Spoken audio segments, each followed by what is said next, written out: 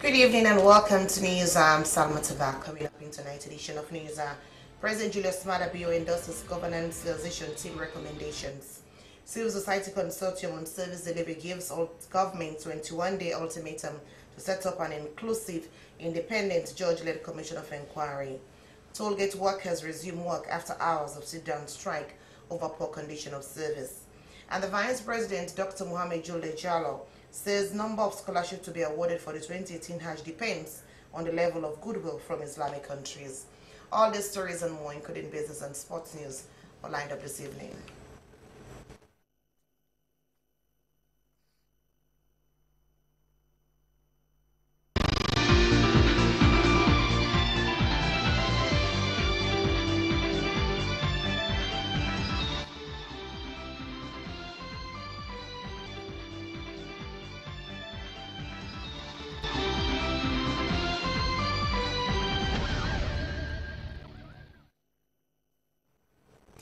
Welcome to News. We'll start with a press release from the Office of the President, which states that the report of the Governance Transition Team 2018 was presented by the Chairman, Professor David Francis, to President Julius Maada Bio on Wednesday, the 4th of July. The President responded that corruption was not only a governance issue, but also a national security threat. After an emergency cabinet meeting, the press release continues, the report was endorsed by the government. The President has directed a special audit of all ministries, departments and agencies, including the Salem Commercial and Raquel Commercial Banks. The Attorney General and Minister of Justice is to lead in the establishment of a judge-led commission of inquiry that should conduct the necessary inquiry within a stipulated time. The release further states that the President has directed the Financial Secretary to write the Managing Directors of Sierra Leone Commercial Bank and Raquel Commercial Bank, instructing them that all unpaid loans owned by politically and financially exposed persons, as stated in the World Bank audits, be paid within 30 working days or face litigation. According to the release, the President has directed the Minister of Finance and the Attorney General and Minister of Justice to pursue action with respect to stolen assets recovery initiative. Meanwhile, a civil society consortium on community accountability and service delivery has given the government a 21-day ultimatum to set up an inclusive, independent, judge-led commission of inquiry on the governance transition reports. The consortium made this announcement at a news conference. On Ibrahim Sumra was there.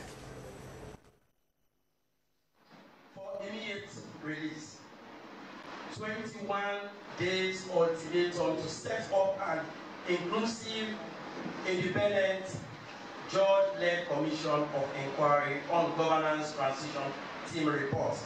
The consortium gave the 21-day ultimatum after the transition team, headed by the Chief Minister, who handed over the report findings on the governance transition report to President Bio at State House. According to members of the consortium, they issued out the ultimatum after carefully reviewing the content of the report and opinions of the public nationwide.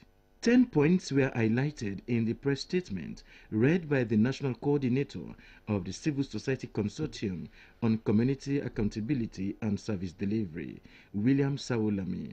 Among them are the setting up of the judge-led commission of inquiry to be concluded within 90 days, to give the public a time frame for the special audit to be taken by Audit Service Sierra Leone as recommended by the reports.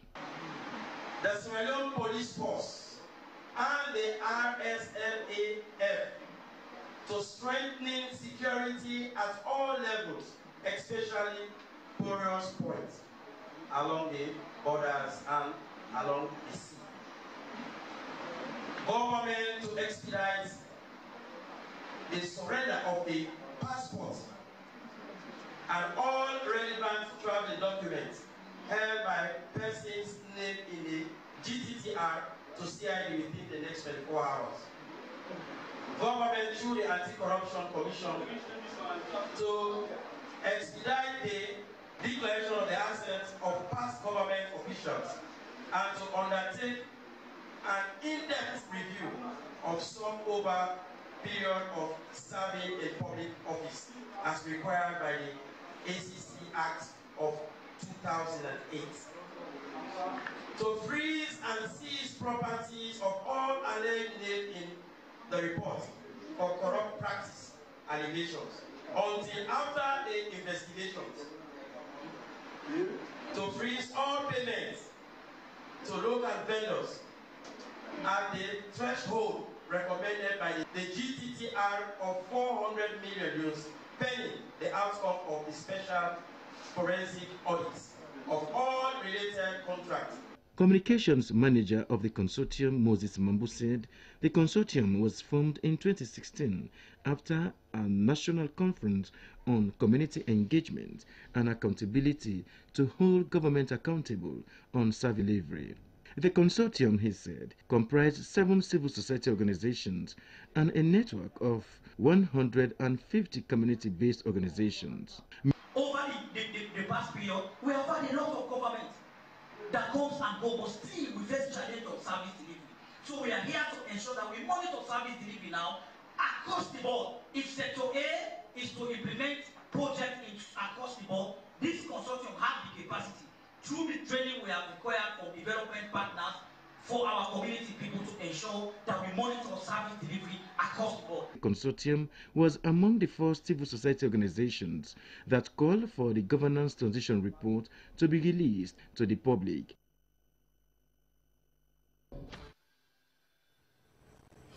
Government has resolved the strike action between the toll road collectors and the China Railway 7th Group at Hastings, Songo and Manshika Highway. This comes barely hours after the workers embarked on a sit-down strike over poor conditions of service and training opportunities. Sahid Mara witnessed the dialogue session and filing this report running the studios by Rose Fanima Stevens. The construction of the Wellington-Maisiaka toll road in the country has caused lots of thought.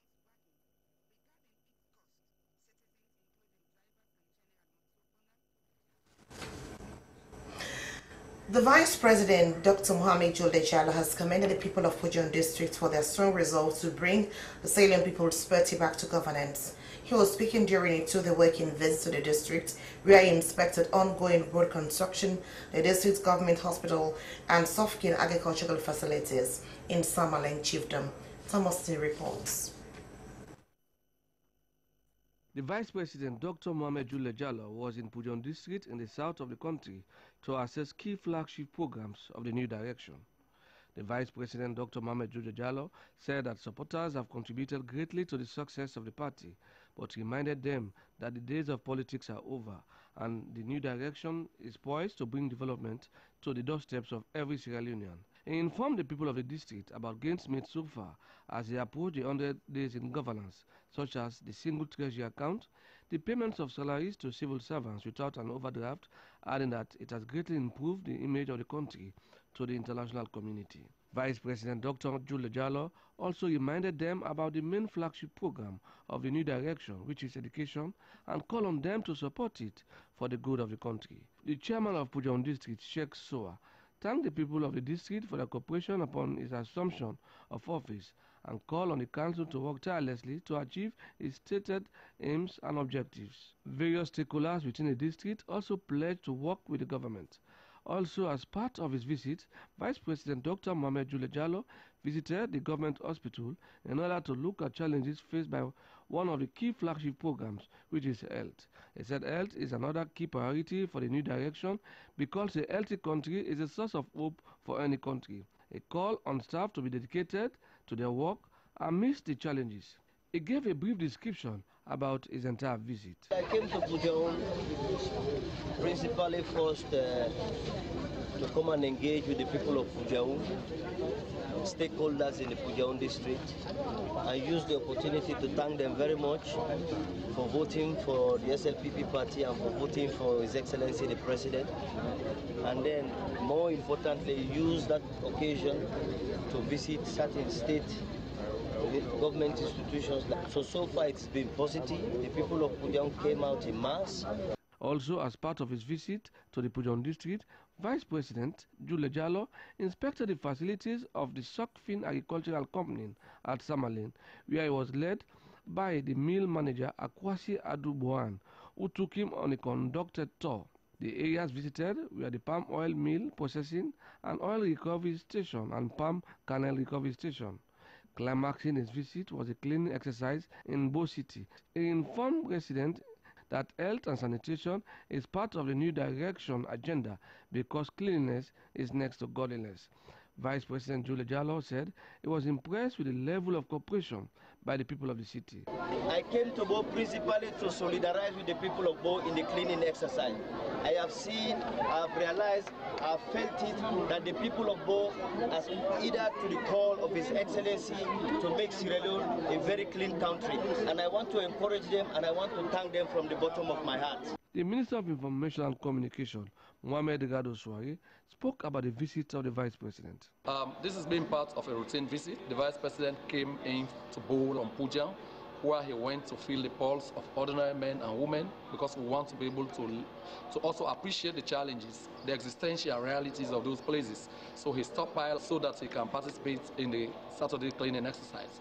He did that. Today, the participation was massive in spite of the challenging weather.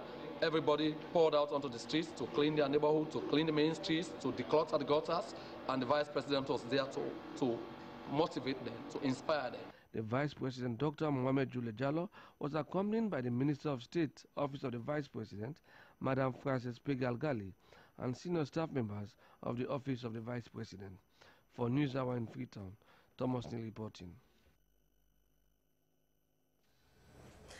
As World Vision International Sierra Leone champions the fight against sexual violence, the First Lady, Fatima Jabi Bio, has assured them of her full support. Mrs. Bio made a statement at the launch of a 5-year campaign to end sexual violence against children in Sierra Leone. On the theme, "It Takes Us to End Child Sexual Violence in Sierra Leone." Aruna Patrick Ma witnessed the launching at the Meata Conference Center.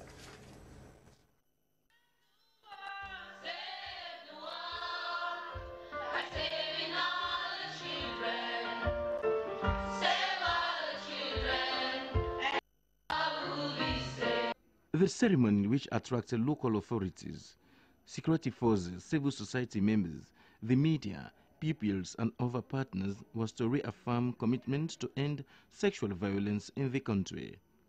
Paramount Chief Sabriwa said it is significant as traditional leaders to be part of such fights, as they are the first points of call in their localities. He said teenage pregnancy is a major concern not only to World Vision but also to local authorities as well. He calls on authorities to join hands together to stop sexual violence against girls and commended World Vision for coming on board in such a fight. The National Director of World Vision Sierra Leone, James Chief Wello, told his audience that they are embarking on a global campaign to stop sexual violence. He said most time violence is a hidden practice which makes it more difficult to tackle. He called for an end of sexual impunity, as the campaign is not only for his organization but the world as a whole. Children are exposed to more violence and are likely to drop out of school because of that kind of violence. As Sierra Leone World Vision, we chose the theme of sexual violence against children. That's not the only violence that is happening against children. But we think, following the statistics that are existing that are so alarming, this is the subject that we should draw attention to. It doesn't minimize other forms of violence against children, but we are saying, if this one thing can be resolved, if this one thing can call for everybody's attention in Sierra Leone, we have a great future. Giving an overview of the campaign, Child Protection and Advocacy Advisor Tommy Vandy said the campaign is a 5-year activity with the aim to end sexual violence against children. He said sexual violence affects more than 1 billion children every year, which he said is jeopardizing the future of children. Their ambition, he went on, is to positively improve the lives of children. The representative from UNICEF said children should feel safe at home, school and society in general, as their well-being, potential and future is paramount. He emphasized the timeliness of the campaign as violence against children is on the increase. Presenting the policy brief document to the First Lady, Nancy Mbayo from Kono District said the impacts of sexual violence is varied and includes teenage pregnancy, STIs such as HIV, high adolescent maternal deaths, child morbidity, and increased girl school dropout rates due to stigmatization. She said despite the efforts of relevant stakeholders, sexual issues remained a concern. Launching the campaign, the First Lady, Fatima Jabibiyo, said the time is now to end violence against girls and assured them of her support on the campaign. She called on law enforcers to bring to book anyone found wanting. Madam Biyo said the rate at which prostitution is growing in the country is alarming. Sometimes we have issues that are so diabolic in our community, in our country, in our society, and we are so terrified to even discuss it, even when that issue affects every one of us. So I'm here today because I have never believed in anything that controls my mouth from saying the truth. I say it as it is, and I damn the consequences later. She called on parents to take care of their children as they are the future of the country.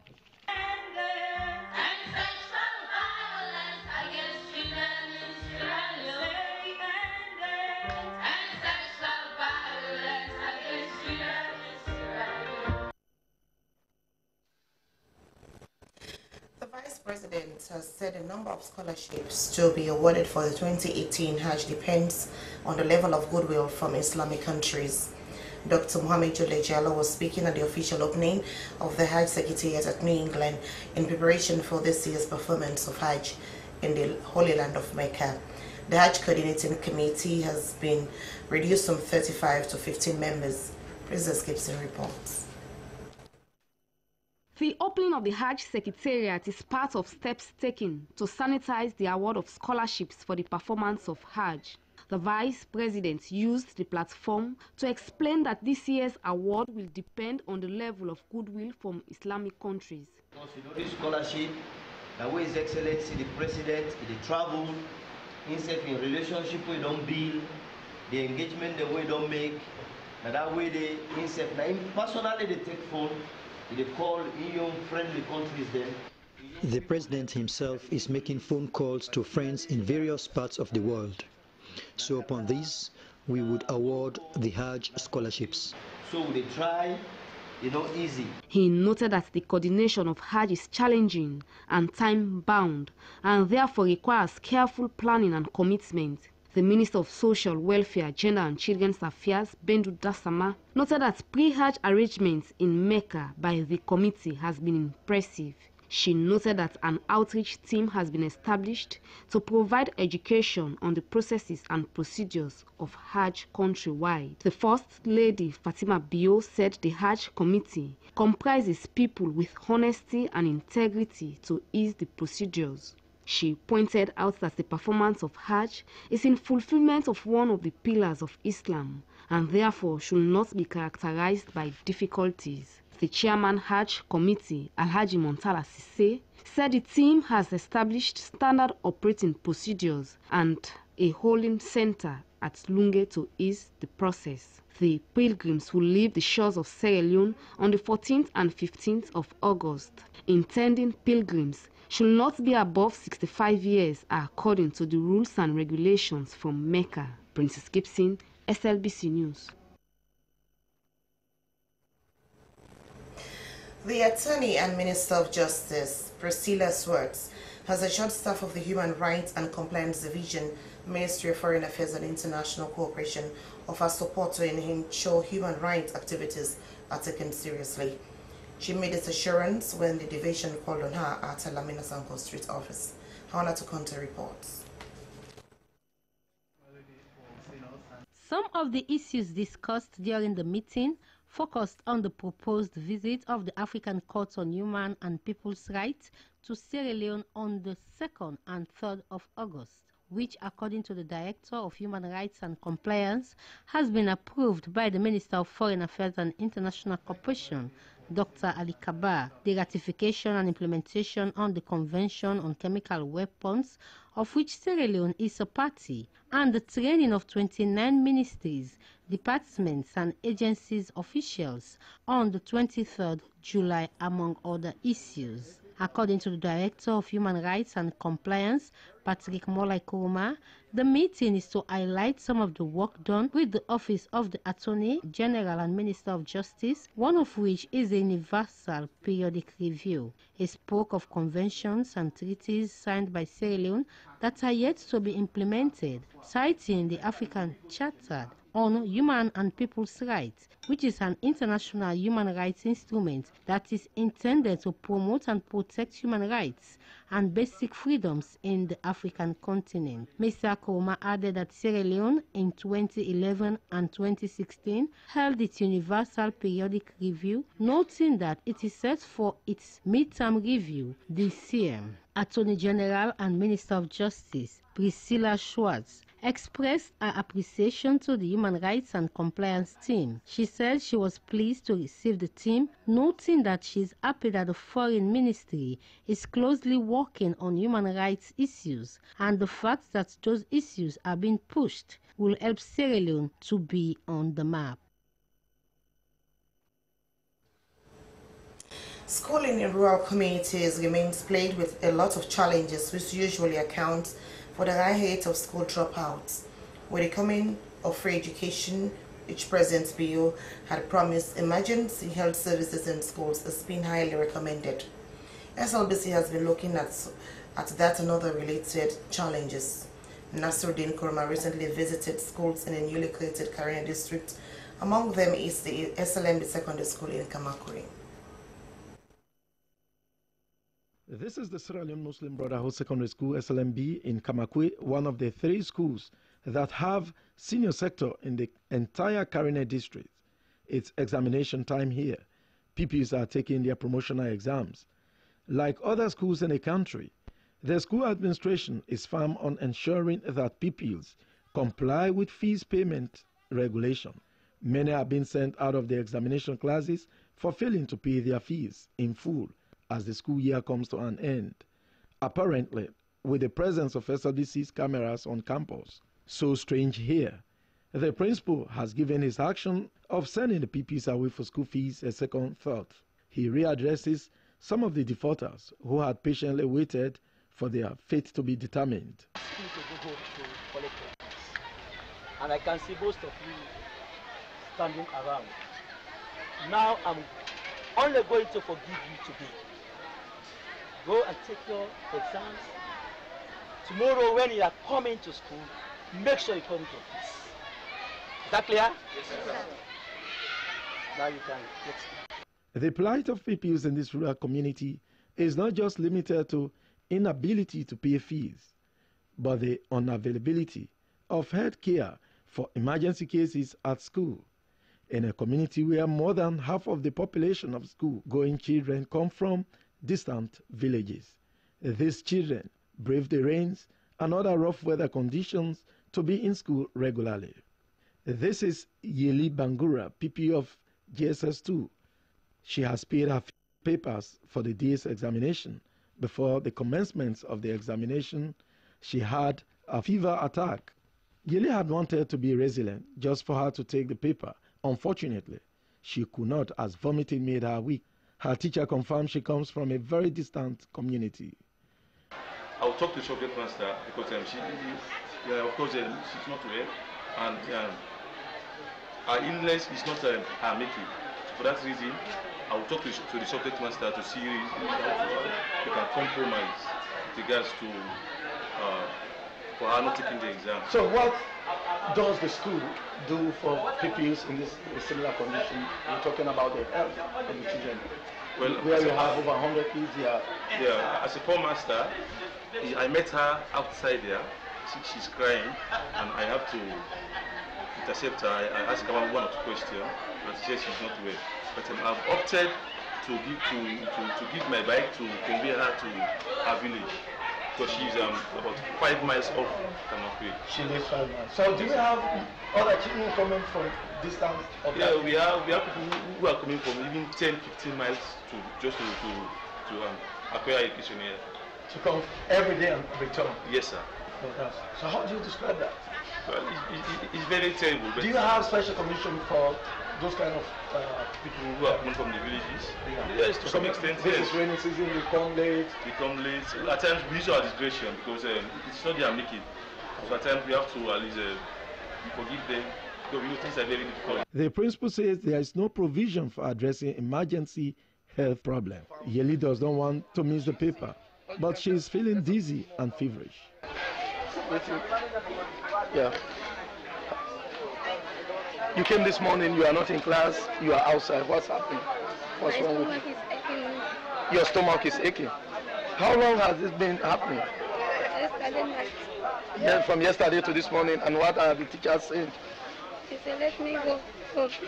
Let you go home. So how? Stop crying.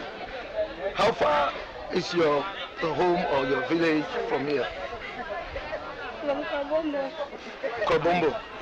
How many miles are we talking about? 4 miles. Kabombo is 4 miles and you have to walk 4 miles. Well, this is just one of those conditions we've discovered in this community. If we're talking about education, these are the challenges. A lot of things involved. So if Yeli has covered 4 miles to come here and now she'll see. But we'll see what the school administration has. As the country prepares for the commencement of the free education, the school principal says his administration is being badly constrained. Indeed, I don't have enough buildings. I have to emphasize that I don't have enough buildings and I don't have enough staff. So really, these are my challenges. Are you expecting more students, the pupils number to increase? Definitely the number is going to increase. Why? Well, formerly, people in this part of the country are low income people. They can hardly afford to pay fees for their children. So with this agenda of free education, I'm sure every parent is going to seize the opportunity to send their children to school. So we are expecting an influx of students in these schools. The council has raised serious concern over the inadequacy of secondary schools in the Karine district, with inadequate facilities for the existing ones. Children cover incredible distances daily to access schools. Some come on bicycles while others trek in the sun, dew and in the rain to be in school. SLBC News, Nasiruddin Koroma. The Radicals Foundation for Democracy and Human Rights has donated a 40-feet container of medical equipment and supplies to the Ministry of Health and Sanitation to boost healthcare delivery services in various hospitals in the country. The donation worth over $500,000 and it is a demonstration of the foundation's continued commitment in serving humanity, especially the poor and vulnerable in the country.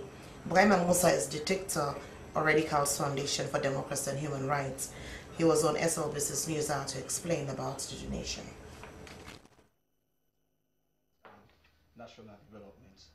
Now, the donation of this medical equipment and other supplies is actually our continued support to actually boosting the medical facilities in this country. We have always worked close in hand with the government of the day and the people of Sierra Leone to ensuring that we always do our own contribution towards nation building, and this gesture is one of such. Okay, so formal presentation will be made tomorrow. How do you expect the drugs, to be shared, or is it entirely going to be left to the Ministry of Health and Sanitation to go on and do the distribution? Well, we have been working with the Ministry of Health and Sanitation to identify beneficiaries of our donation.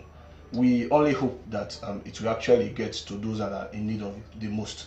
That is what we are actually working on. Now, given the circumstance, we would want to have members of government, as already indicated, the Minister of Health and Sanitation has agreed to be part of the presentation tomorrow, and so too are some other senior members of government. We have equally invited members of the press, civil society, and some other institutions that really matter towards our gesture tomorrow. Okay, accessing drugs is very important to the Ministry of Health, and now you are making such a gesture. Do we have an idea the types of drugs you will be donating tomorrow? Yeah, it's a huge donation, like you rightly stated. It's worth about $500,000, whatever. Now, among in the container would have so many other things like injection needles, we have syringes, we have feeding tubes, we equally have baby formulas, and then we have gloves. We have medical examination tables, bedside tables, pediatric strollers, and so many other medical equipment are actually contained in the container that will be donated tomorrow. So finally, after the presentation, what is going to be your next move? Well, we hope to identify some more beneficiaries, because it's a huge donation. Like I said, we'd want to have it across the country. We are not only going to limit it to Freetown, we would identify some other places. He is Prima Musa, Director of Radicals Foundation for Democracy and Human Rights. The container tomorrow will be officially handed over to the Minister of Health and Sanitation at a presentation ceremony to be held tomorrow in the afternoon at medical stores at New England. The Minister of Tourism and Cultural Affairs, Madam Memunatu Prat, has rounded the way and the manner in which people are dumping waste into the sea, which sometimes end at the Lumley Beach. She raised this concern during the clean exercise organized by the Ministry and the National Tourist Board at Lumley Beach. This is to keep the beach clean for the convenience of beachgoers. Doyen by reports. Already here, the Lumley Beach is one of the places with huge floating garbage drifted to the shores of the beach by the waves. According to the Minister of Tourism, Memunatu Prat, during the rains, the waves brings in waste being dumped at nearby rivers and wharfs community to the Lumley Beach shores. Also, over the years, local business people have erected makeshift structures in the beachfront, which, according to the Minister of Tourism, is becoming an eyesore.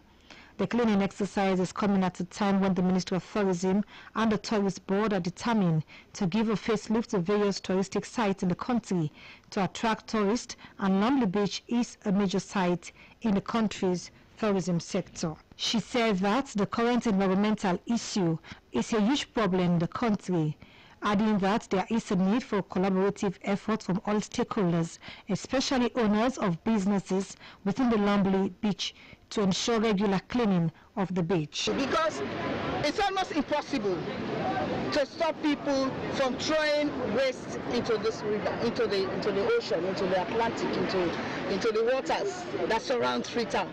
I really don't know what measures we have to put in place in order to prevent them from doing this. So there are two sides to it.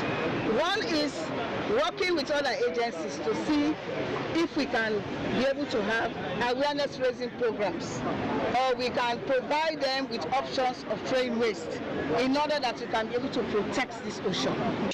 On the removal of illegal structures at the Lumley Beach, the Minister of Tourism called on those with interest to establish business along the beach to follow due processes by applying to the ministry and stating the type of business they want to do.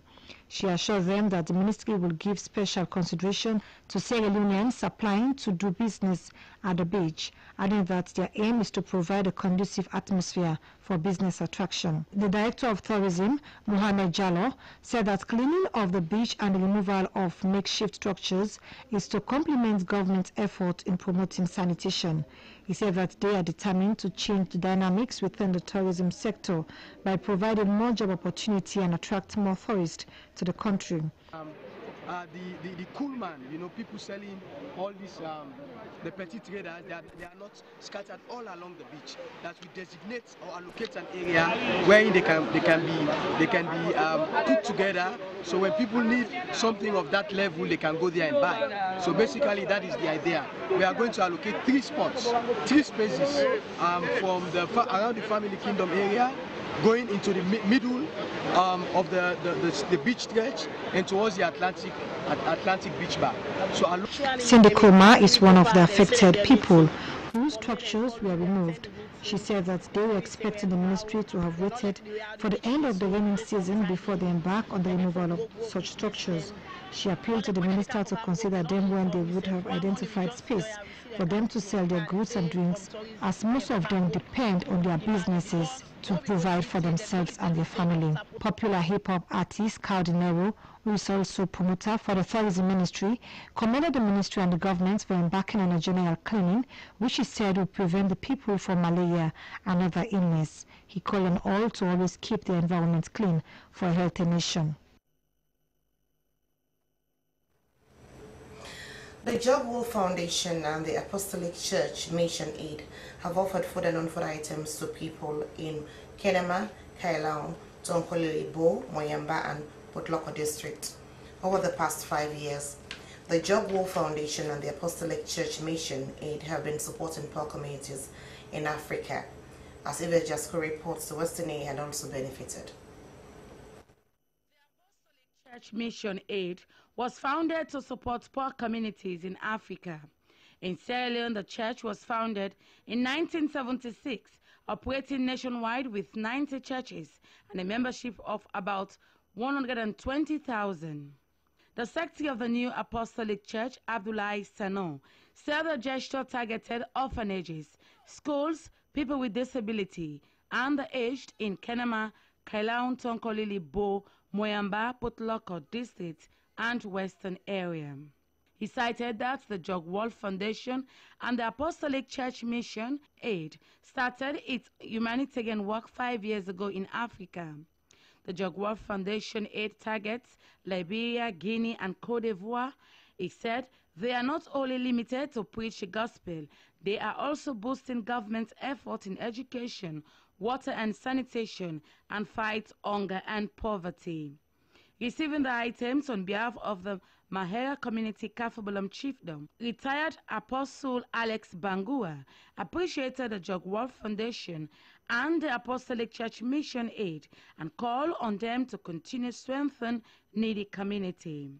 Apostle Brahima Safar, in charge of Western Area, Moyamba, Potloko, and Cambia, said that the offer is for the needy, poor and vulnerable communities in the country, noting that it is essential that the church supports and cultivates the lives of needy communities through such aid and comfort to the poor to work for better living conditions in society. Apostle Safa added that the support from a businessman based in Germany to encourage and strengthen poor Sierra Leoneans who cannot afford their daily needs. And we have our retired district elder, that is residing in Germany, that is making at least profit out of his business in pharmaceutical products. So he decides in his life and his family to donate half of this to the poor and needy in Africa, because he knows very well Sierra Leone in particular and Africa as a whole. Yeah, so he is the one behind this donation. The Apostolic Church is widely spread across the globe in Western Europe, Central and Eastern Europe, North America, Africa, Israel, and Oceania. The church was founded in the early 1830s with 110 congregations formed in 35 years in several European countries. Yvette Goldsmith, Freetown.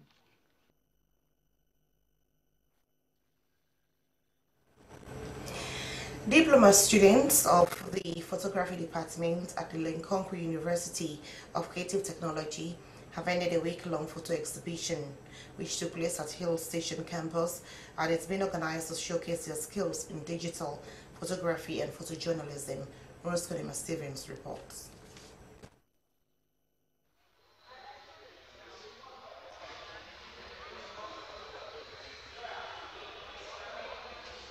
The exhibition brought together people from different walks of life, including George Lewis, who has won several awards in photography and filmmaking, who took part in the assessment of their work.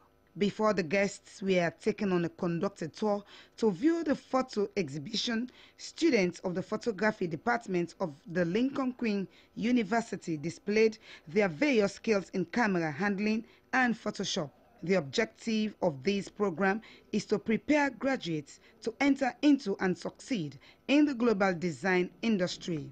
At the end of the tour, professional photojournalist George Lewis commended the photojournalism department for the level of professionalism they have displayed and highlighted the 3 stages of cameramen, which are amateur, technocrat, and professional. He said, according to his assessment, the students have gone 2 steps ahead to becoming technocrats and 1 more stage to become professional.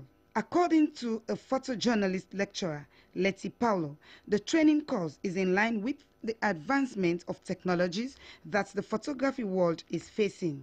As students in digital photography, they need to understand the concept of photojournalism. Photojournalism is all about telling a story using the camera through the lens.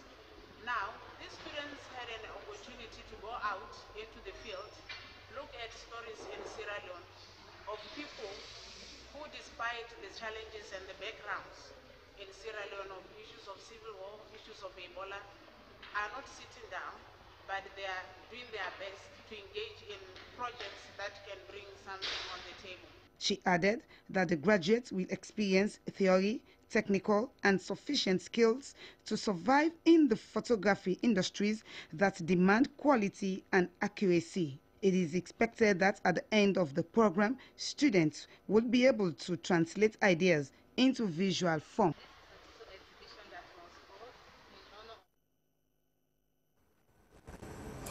That was an induction course for diploma students of the photography department at Lincoln University. The Rotary Club of Freetown has inducted Lara Taylor Pierce as the new president.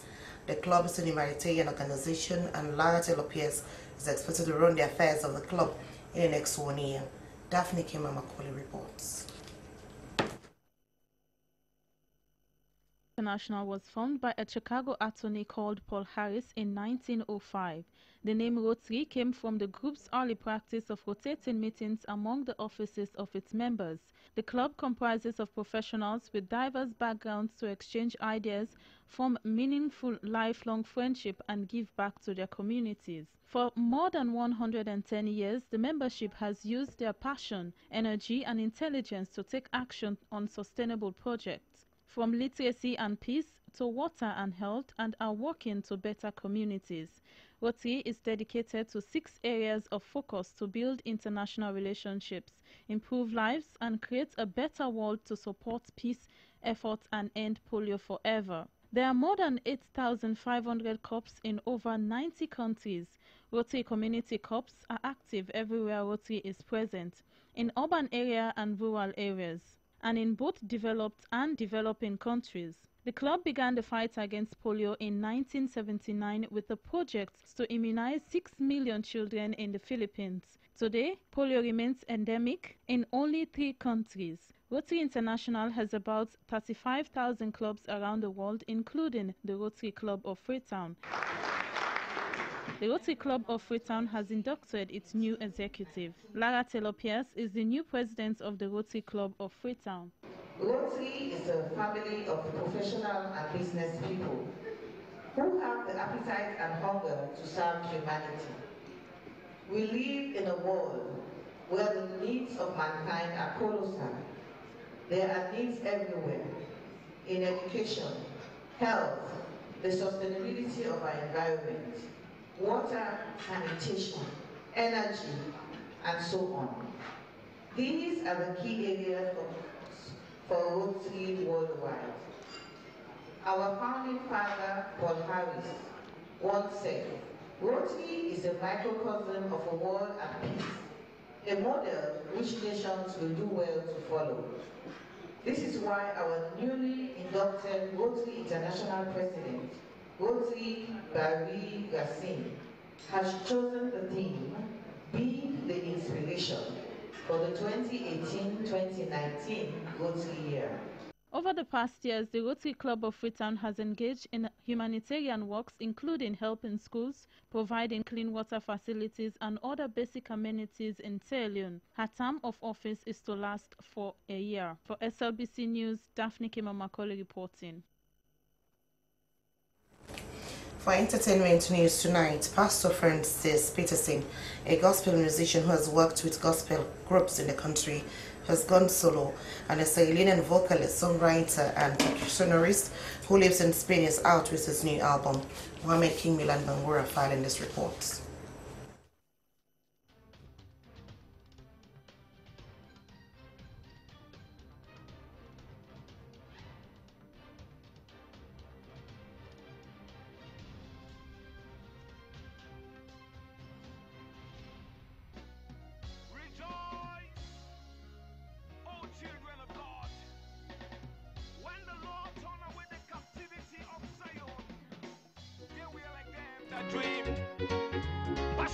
Pastor Francis Peterson is a gospel musician who has been in the field for the past 15 years. Francis was born in Freetown at Berwick Street and attended the St. Edward Secondary School and later furthered his academic dream in social studies, but at present he is a full clergyman at the Holy Ghost Fire Church, Wellington. Pastor Peterson said his love for music started in his childhood. He was a leading vocalist at the St. John's Evangelical Youth Choir, and he was spotted by one of his mentors, Reverend Victor Wan. He was a member of different gospel groups, including the Harmonious Gospel Singers, and has performed in the Gambia, Guinea, and Liberia. On the music industry in the country, Pastor Francis says, well, for me, the music industry in Sierra Leone is doing well, but there are some shortfalls that are on the industry. And for one, you see, they just want to sing. People just want to sing, and you are not seeing the passion. They don't believe in learning. He said that most churches are not supporting gospel musicians, but still optimistic that one day the gospel music in Sierra Leone will surely see a facelift. Pastor Peterson has finally gone solo, and the reason for this is persistent requests from his fans. Well, it's an outcry. It's an outcry from people. I've led groups, I've been with groups, and like people are asking, well, when are you coming out, or when would you be yourself? So when I dropped the issue of groups, I believe that this is my own time. I decided to be myself. I've played musical instruments for years, and I just decided to go on solo because of the outcry of people. I want to satisfy my fans. No more crying, children of God. In May this year, he released his album titled Sweet Saloon and has decided to release his first music video from this album titled My Battle. Crying, hey, for too long, I've been fighting battle. Pastor Peterson said he has no limit for now in releasing albums. He said he is at present working on a new album that will be released in December. I ran to my friends, they mocking at me. Up next is sports with Esther Marie Samora.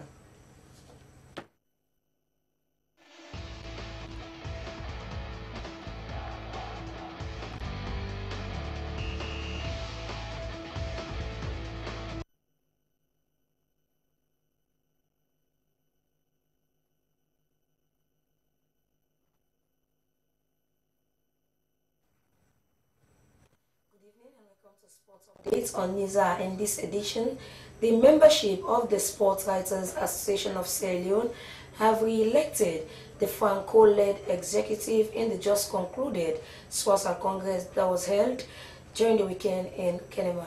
Here is the report.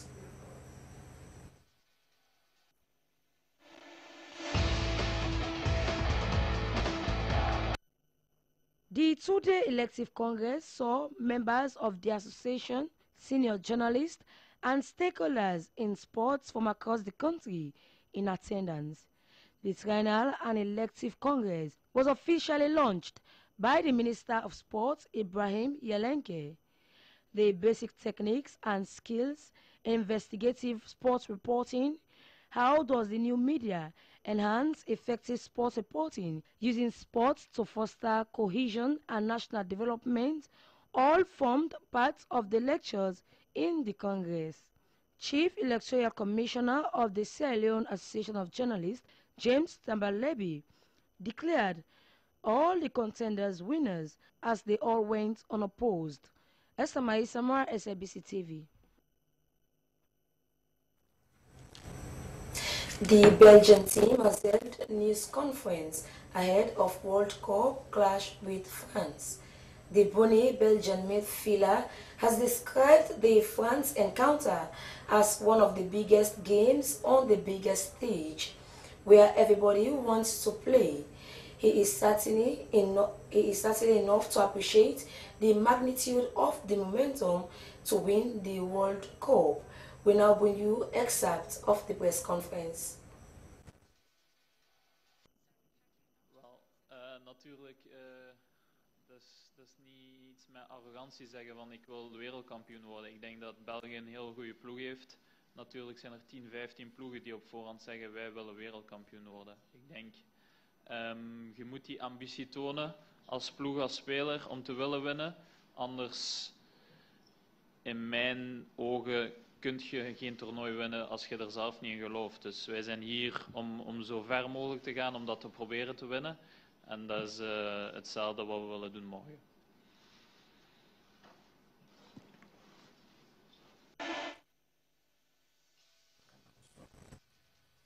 That was Belgian midfielder Kevin De Bruyne. And France goalkeeper Hugo Lloris in a press conference has also described the match as peculiar and is optimistic of his team's progression to the final.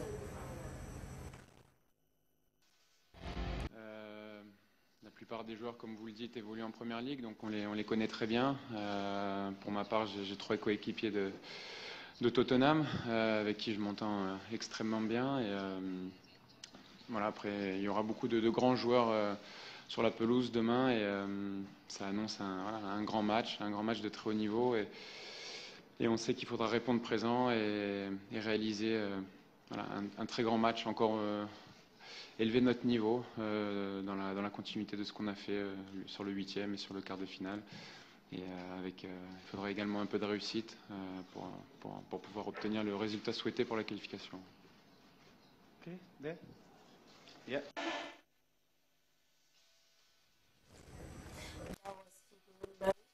France goalkeeper giving optimistic about his team's performance in tomorrow's World Cup against Belgium. Now in a local scene today at the Central One Football Association inter-area competition, defending champion Fullertown Community Football Team are out of the campaign after Clintonians defeated them by 5-4 in a post-game penalty.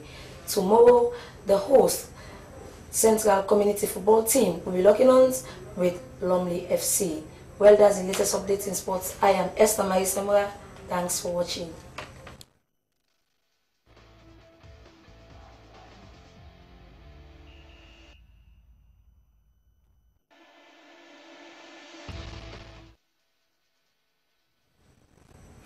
Well, let's go back to one of our headline stories when the government has resolved the strike action between the toll road collectors and Chalo Railway 7th Group at Hastings, Songo and Malsheka Highway. This comes barely as after the workers embarked on a sit-down strike over poor conditions of service and training opportunities. Sahid Mara filing this report right in the studios by Rose Kolima Stevens. Maisiaka toll road in the country has caused lots of tongues wagging regarding its cost. Citizens, including drivers and general motor owners, have been complaining about the exorbitant cost of vehicles plying the route. 2 years into the construction of the toll road, workers at the toll gates have staged a sit-down strike action over their conditions of service. An aggrieved worker explained more on the issue. We have a WhatsApp group, which everybody is there, so we make a post there that every management meeting now, we need collectors to be represented, not team monitor. So they decided to be calling collectors for meetings. So the first meeting, we came on the meeting, but nothing was realized, which was written. We raised our concerns. All they can say, if you are not okay with this company, quit. Then we decided to write them formally, to put down issues down, which we are not okay with. We write them formally. We send a letter to the general manager, to the director of tolling, to all the police station agents. We make a copy available to everybody. We even give ultimatum that if these concerns are not addressed at any of the months, we will go to strike. Addressing the issue, the Ministers of Labour and Social Security, the Minister of Works, together with the Minister of Transport and Internal Affairs, arrived promptly and had this to say. The contracts must be varied. That's why I want to see the contracts for all three gates A, B, and C. But we would first of all like to verify whether this document truly represents the agreed and whether the employers, the management, are fully aware of this. I'm here to make sure that your interest is protected and secured, and the interest of the workers are also protected and secured, and the entire country is safe and secured. Therefore, whatever is agreed must be thoroughly looked at and worked towards. Anything that deviates from those agreements will lead to unrest that is now happening, which you don't want the occurrence at all. A representative of the Chinese company CRSG said they were about to look into the condition of service of the workers when they went on a sit-down strike. At the beginning, I tell all the staff, for our administration, any complaint or anything you don't understand or are unhappy, go through the procedure. You give the two groups team monitor. Team monitor will have the station manager to go there. Up to now, I don't receive this one. This is the copy we get from the WhatsApp in the group. There's a group, so many group already. They make these things outside last Friday. Due to the sit-down strike, drivers used the road happily without paying. SLBC understands that the ministers have pacified the aggrieved workers to return for duty as they would look into their matters.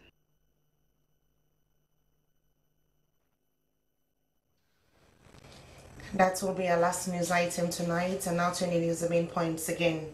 President Julius Maada Bio has endorsed the governance transition team recommendations.